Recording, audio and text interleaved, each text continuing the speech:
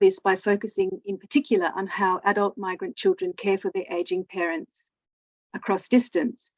That's been the focus of our research up until this project.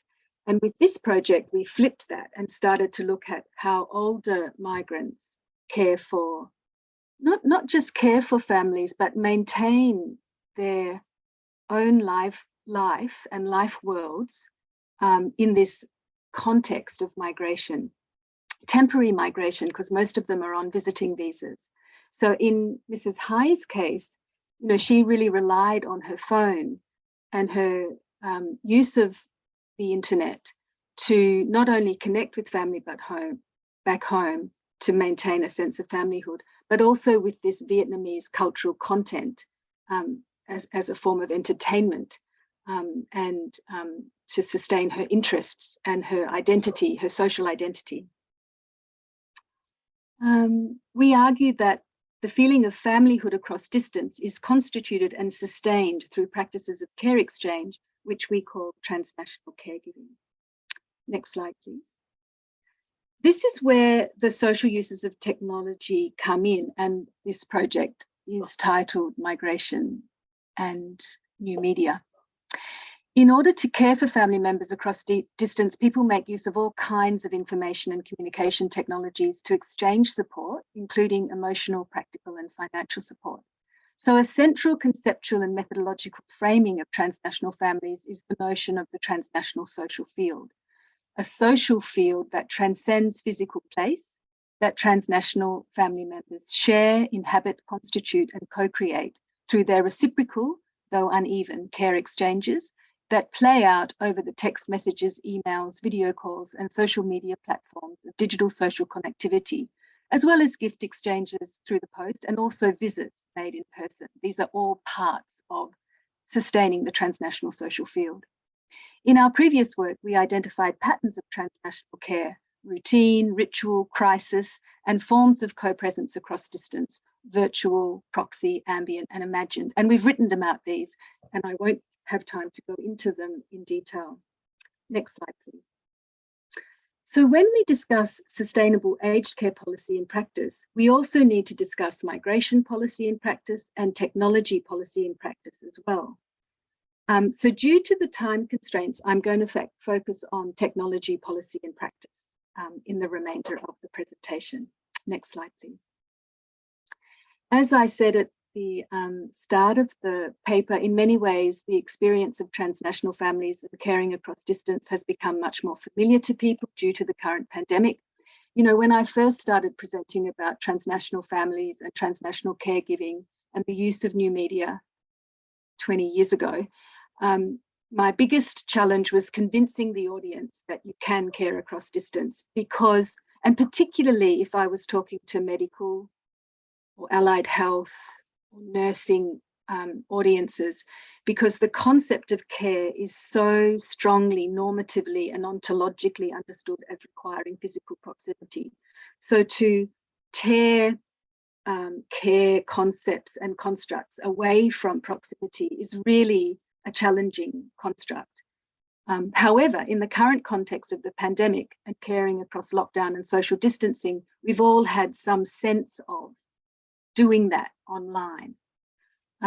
So we need policy that facilitates access to reliable technology, that recognises the importance of the material world and even considers human, non-human interactions, some of which is determined by nation states like internet infrastructures of access, funding and technology development and so on. And other dimensions are influenced by individual capacity to use digital citizenship, digital skills, and also motility and bodily capacity to use these technologies. These are gendered and classed and so on. Next slide, please. So many of the ideas in this presentation have grown out of the Aging, Migration and New Media project.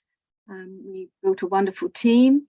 And unexpectedly, this project led us to digital literacy projects and working in the community on digital literacy and in aged care as well. And I can talk to you about some of those projects later if you're interested. Next slide, please.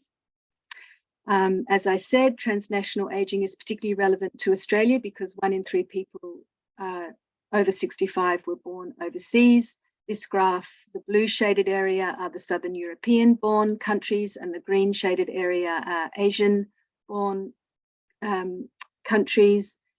So you can see the history of Australian migration waves evident in the ageing of the community. What this graph does not capture are the increasing numbers of Australian-born older people who may also belong to transnational families because their adult children and grandchildren have moved away. So that's another dimension of ageing and diversity.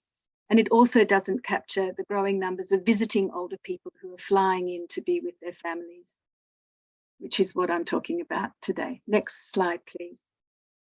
What we have learned in our research is that feeling a close connection to transnational support networks can be especially important to older people, and the importance of virtual and distant networks may increase as people age because their local support networks often decrease because they become less active. So they may begin to rely more on physically distant kin as their main source of support, particularly if they begin to lose their fluency in the host language. They may desire to reactivate distant kin ties that have fallen dormant. And these are some of the trends we saw in our data. All these factors highlight the importance of digital citizenship for older people, including the need for facilitated access to digital social connections, which requires policy and training of care workers to facilitate that access. And this raises two often invisible and under-examined dimensions of ageing and aged care. One, the role of distant or transnational support networks in ageing. And secondly, the role of what Cohen Laws calls digital care labour, including its untapped potential. So why is the role of distant support networks undervalued in ageing? Why is digital care labour invisible? And why is it important to consider their potential? Next slide, please. The overarching policy context that informs ageing in most countries of the global north is an emphasis on ageing in place, which, while important, focuses entirely on proximate forms of support, which are incredibly important, but it simultaneously tends to overlook the important role played by the distant support network members and of digital technologies in supporting care. Because non-proximate social support networks remain under-acknowledged in the research and policies of ageing in place, we know very little about actual and potential roles of non-proximate members of social networks in the support, engagement and well-being of older people. And you can see how this has relevance to rural and regional ageing in Australia, where distance is intrinsic to the experience of ageing, even though there may not be a national border that needs to be traversed. So rather than presuming distance as a barrier to care and support, transnational family research often considers distance as a factor to be examined alongside other factors that facilitate or inhibit social support and interaction.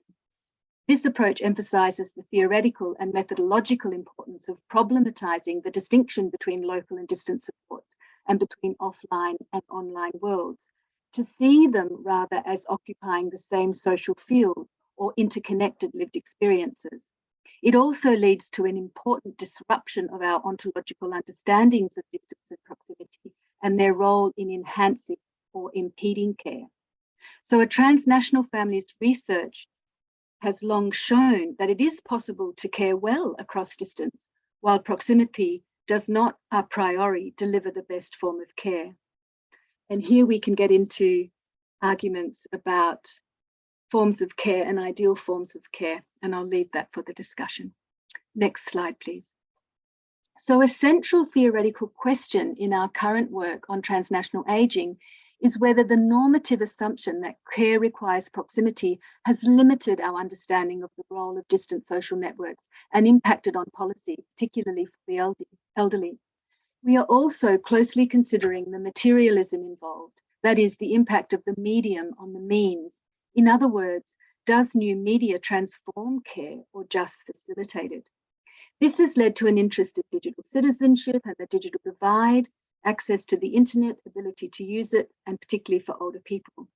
Here, the role of ageism and the way older people are understood in relation to new technology is particularly relevant. So, for example, who hasn't given their old technology devices to older members of their family, as if somehow they don't need the newer forms. That's a trend we really noticed in our research, older people getting other people's hand-me-down technology, which is inadequate. That's why it's not being used by the younger members of the family. So, for example, there's no policy governing access to the internet for residents in aged care facilities. There's actually real gaps. There's lots of black spots where there's not adequate internet access. People don't often have landlines in their room because there's this expectation that they'll have mobile phones. This is changing because of COVID, but in general, there's no national policy governing digital care labour and digital social care. And that's one of the things we're interested in developing. So it's through exploring these questions in the context of transnational ageing that Raylene Wilding and I are developing the notions of digital kinning and digital homing. And I'll conclude my presentation with a discussion of the notion of digital kinning. Next slide, please. I'm presuming I still have about 10 minutes. You have 10 minutes, Loretta, or even a bit more if you'd like it. No problem. Thank you. I've calmed down now. So first, a very brief note on methods. Our project comprises Australian samples from each of the country of birthplaces listed. We conducted ethnographic interviews, participant observation, network mapping of local and distant network members to compare the relationship between them and the change over time as people age of network density and nodes in the network that are local, proximate, or distant and virtual. And as I said, unexpectedly, we also began some applied projects, including delivering digital literacy programs. And there's a photo in the slide from one of the digital literacy programs we ran with Changhua at their daycare program. Next slide, please. A central theoretical question in our current work on transnational ageing is whether the norm... Oh, sorry, I've read this slide. I'm relaxing too much. So I want to give you another case study now to contrast the one from Mrs. Hai, who's a transnational flying granny, who's on a visiting visa, temporary visiting visa, providing informal care to her family and ageing in the Australian community. This case study is of Rena, who lived in Italy together with her husband and had enjoyed visiting her daughter Daniela in Australia regularly. However, when her husband died unexpectedly, Rena's social support network diminished rapidly. And because her husband was the one who organised their social life, and without him in her network, she really struggled to have the social connection she needed. She became depressed, and her daughter Daniela noticed this from Australia and decided to arrange for her to take an extended 3-month visit to Australia. And 3 months was the visit limit at the time. So this scenario is bringing an older person to Australia to provide care to them, in contrast to Mrs. Hai's experience of an older person coming to Australia to deliver informal care. So in Rena's case, the visit went very well. Her mental health improved. However, towards the end of the visit, Rena fell and broke her hip and was hospitalised. Reciprocal healthcare benefits between Italy and Australia helped considerably. However, in hospital, as is very common for older people, Rena became gravely ill with hospital-acquired pneumonia. Unfortunately, when her visa expired, despite applications to the minister, Daniela was unable to secure an extension of the visit visa for her mother and had to take time off work to accompany Rena back to Italy in a critically ill state, which, by the way, the airline had no problem with. Daniela considered the 2 pathways for parent migration to Australia for Rena, but both turned out to be impossible. At a cost of over 50,000 Australian dollars, the contributory parent visa pathway was not affordable to her, while the non-contributory visa stream was affordable. Its 30-year wait period made it unrealistic. Australia has since introduced new extended visit visas, but these require older people to return to their home country periodically and are not health insurance and sponsorship costs. So what we're looking at here is being able to support your mother to die during her final stages of life, and finding that we don't have policy that facilitates that. So Daniela had to take her mum back to Italy, but Daniela couldn't stay in Italy for very long because of her work and responsibilities back in Australia. So back in Italy, Daniela tried to secure a place for Rina in a local nursing home. However, and this is really interesting, the director of the local nursing home rejected her application because she argued that family care, informal family care, was an essential component of residential care. And with Daniela living in Australia, this would not be adequate. At first, I thought this director was really mean, but actually, after doing more research in aged care, I completely understand where she's coming from. There's so many people who never receive a visit from anyone. And she was concerned that if she took Rina in, she would really struggle to have a quality of life that the director wanted to provide. So Daniela made a case. She said she'd put in place the necessary paid carers to come and visit her mum and look after her, hairdressing requirements and whatever else that the facility didn't provide. But still, the director rejected this. Clearly, the director did not factor in the potential role of transnational support networks and was unprepared to train her staff in digital care labour. That could have been a way through this. So instead, Daniela hired 2 migrant care workers and had around-the-clock care for Rina in her own home. Daniela Skyped the care workers daily at their shift changes for updates and to give directions on her mother's care. Daniela also made regular visits when she could afford to take time off work. This went on for 2 years because Rina's health improved back home with the dedicated care of the care staff. And this is where the notion of digital kinning first emerged for us in a grounded theory methodological approach. Daniela delivered care to her mother through the daily orchestration of care tasks of the care workers online. Rina grew not only dependent, but very fond of the care workers, and several were hired and fired until the right fit was found. So Daniela would do this hiring and firing and interviewing online, but also during visits. Rina said the care workers were like having her daughter there. They were the voice of her daughter and the hands of her. Daniela and Rina maintained a close relationship through a daily routine of Skype calls, text messages, and emails that were facilitated by the care workers, including at a later stage when Rina experienced cognitive decline. The ritual of their daily care regime supported the cognitive decline, managing the cognitive decline. Together, they engaged in digital care labour.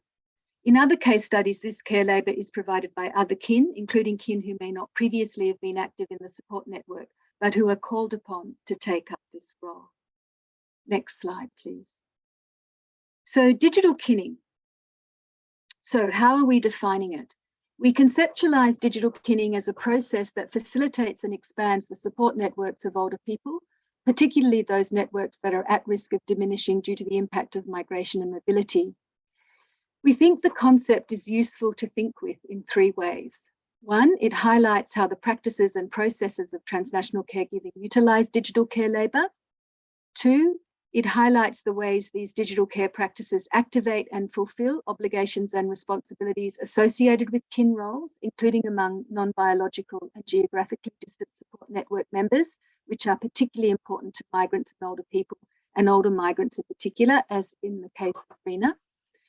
And 3, these practices of distant care feature the use of new technologies that are embedded in social relationships of reciprocity. So we're not interested in top-down introductions of digital technologies. We're interested in social technologies that are embedded in social relationships of reciprocity. And that's a feature of our concept, digital kinning. Digital kinning comprises the inherently relational practices and processes of caring across distance through the use of new technologies which constitute, build and maintain kinship relations.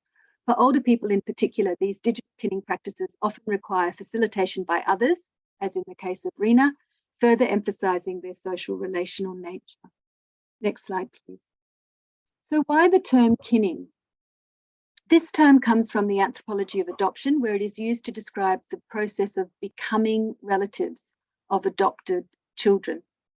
Sinye Hauer's concept of kinning was first used to describe the process by which a newborn child, and in our research, a previously unconnected person, like the care workers in Rena's case, and perhaps a previously disconnected person, like a kin member whose relationship is reactivated and brought into the care network.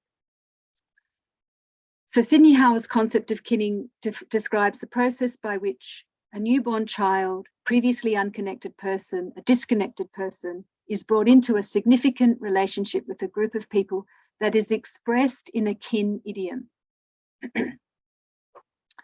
In Howell's view, kinship is something that is necessarily achieved in and through relationships with others. The main argument here is that kinship ties, both biological and non-biological, do not exist a priori, but are negotiated on a daily basis through diverse activities, with caregiving being a significant one. Similarly, Marshall Salins, the great kinship scholar, argues that kinship is an entirely cultural construction, even when it is biological, because the social bonds of kinship are culturally constructed. So we have biological kin who we do not think of as kin.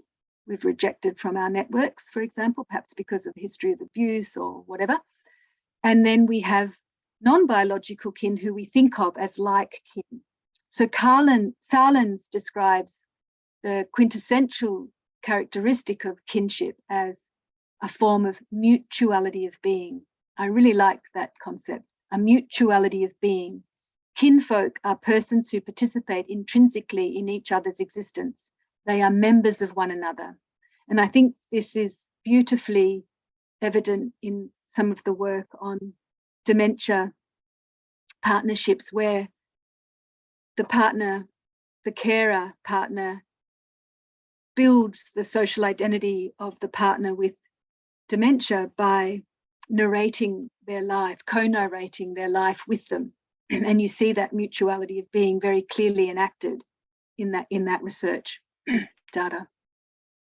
Our argument is that kinship ties may be lost or wither away without facilitated connectivity and negotiation, and they are particularly at risk for older adults whose social networks often become smaller as they get older. In particular, for older people, if members of their social network are living at a distance. As a result, older adults are particularly in need of creating new care support networks, and this seems to be most effectively achieved through processes of kinning. The concept of kinning then helps to illuminate the engagement of older migrants in performing and expressing the affective ties of mutual support and care through strong, enduring social relationships that develop a mutuality of being, even when these are for the purpose of facilitating the mutuality of being of another, as in Rena's case. Next slide, please. What became clear to me in working with older people as they become less independent and more vulnerable and more in need of care support was their desire for an ideal type of kinship or family care. Most wanted to be supported in their aging by family and friends, as well as paid carers who are sensitive to the social relational dimensions of identity and belonging. They yearn for paid carer relationships that are like kin. This is why I like Salins' notion of a mutuality of being, because it emphasizes the social relational dimension, which our case studies suggest is at the heart of what older people, perhaps all of us, but especially care-dependent older people, yearn for. The notion of mutuality of being reminds me of Lars Christian Heiden's work on narrative collaboration and scaffolding in dementia studies. This links to the theory that we co-narrate our own and each other's lives, and this practice is clearly evident in the way carers narrate the social lives of their care dependents who have limited capacity to narrate their own social selves into being. So people living with dementia often rely on their carers to co-narrate their social selves. This discussion raises several questions. Could highlighting care that strives for mutuality of being safeguard dignity? Next slide, please.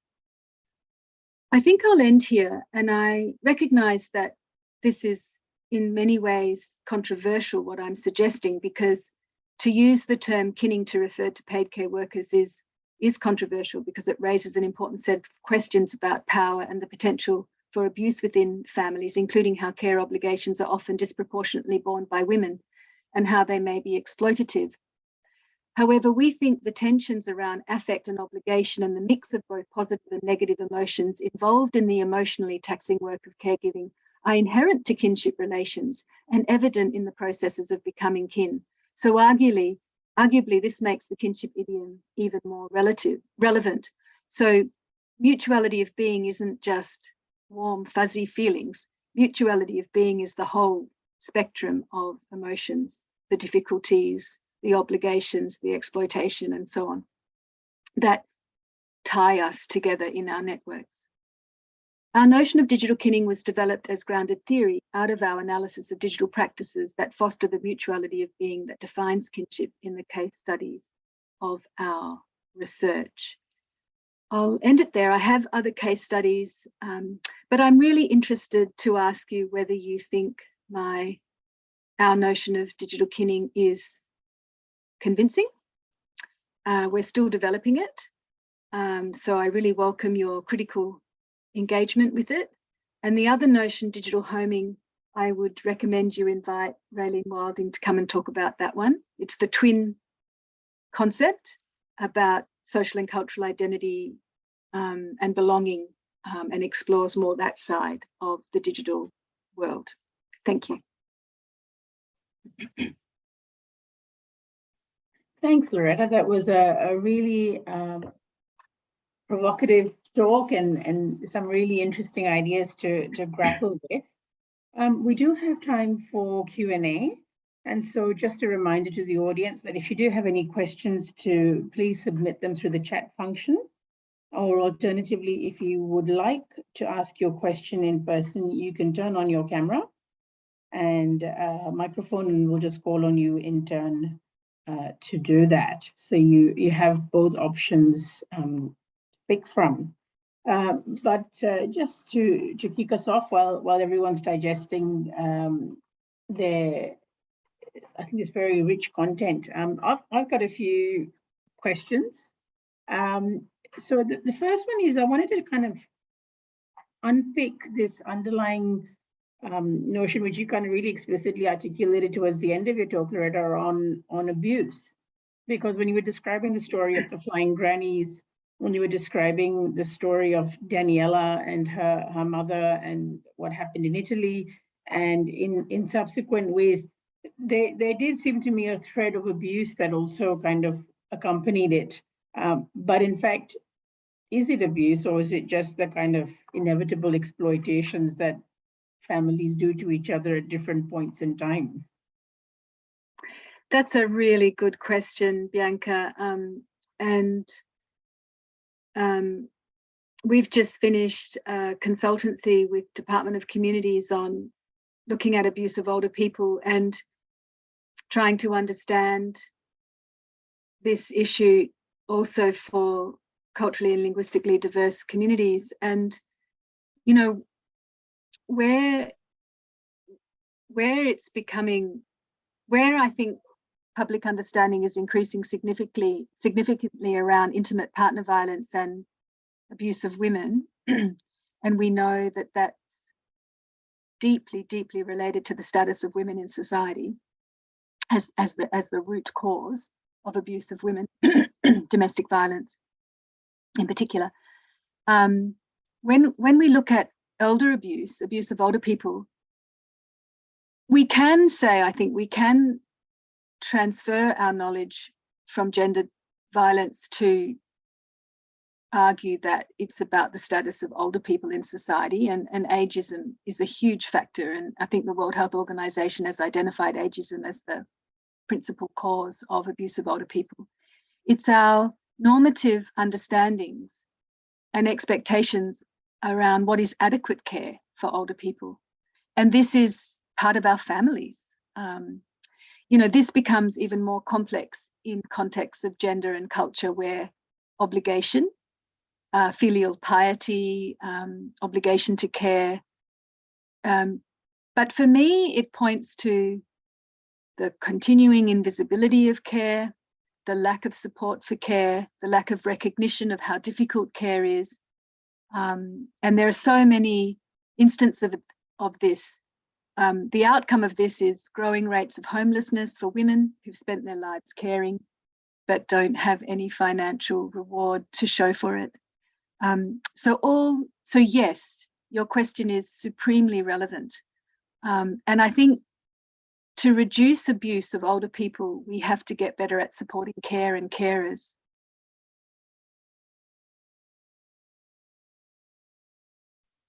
Thanks, Loretta. I've got a couple more questions just while we're waiting for the audience to if they want to pop in a few more.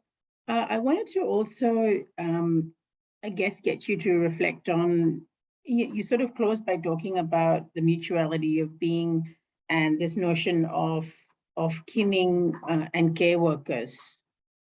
And you know, was that a controversial idea? And I actually wondered how much that related to even government policy and this kind of government imperative that you deliver person-centered care. Because can you actually deliver person-centered care without forming an emotional connection to, you know, between the care recipient and the caregiver, and in fact such that that both care for each other in different ways. So, you know, is that a problem when you know, these ideas of mutuality, of being, of obligation, and even indeed of person-centered care come up against these kind of government, which the government all wants, and then they come up against these strictures of, you know, what is professional conduct? What I'm gobsmacked by is, in the hundreds of pages of the Royal Commission into Aged Care Quality and Standards, is the failure to ever define care. And the assumption that we know what care means. And yes, there is person-centered care, and we do have definitions around person-centered care, and I think they're very helpful and on the right track. But unpicking these intersections, you know, the Royal Commission says we need to develop a social supports category, and I totally agree with that. What does that mean? And I think we were just very true to our data. We really tried to honor our data, and what older people in our ethnographic work are telling us is they want to be cared for in kin-like relationships. Now that could be a product of, you know, the ontological normativities of the current cultural environment for aging, and because maybe that's the best they can hope for, making people feel guilty. That's the only power that they have left. So maybe that's not the ideal, but in order for us to have a better ideal, we need to change the context and the structures and the delivery and the funding models and so on. So I want to report on my findings faithfully, but also not have them dismissed as idealistic, because maybe they're not the best form of care that people are asking for, but in the current context, I think we need to hear that and reflect on what that means. And another dimension of my work, Bianca, is being true to ethnographic grounded theory models in a sector which is really dominated by medical models. And I think medical models are fantastic. I don't have any problem with them at all. But I do think that there are gaps in what they deliver, and I want to try and resist the strong pull to convert my project methodologies into medical ones. Maybe rather have mixed methods, yes. But, you know, I had a lot of trouble. Raylene and I had enormous trouble getting our paper on this digital kinning concept accepted in the gerontologist in a special issue on migration. They just kept asking us to rewrite the method section, and we were interested in the grounded theory section. And finally, we made the method section look a bit scientific. and they then published it, but they put the theory in a supplementary piece, which nobody looks at, which is just weird to me. Like, our whole point of our work is the grounded theory outcome, but they didn't know really what to do with it, and they thought our methods were a bit weak. So I'd be interested in your reflections on that as well, because I'm trying to do this work more effectively in this sector. But I'd also like to ask the audience if they think this notion of digital kinning is convincing, because it is a new grounded theory concept, and we really would like, I really would like to know if you think it's convincing or not. Yeah.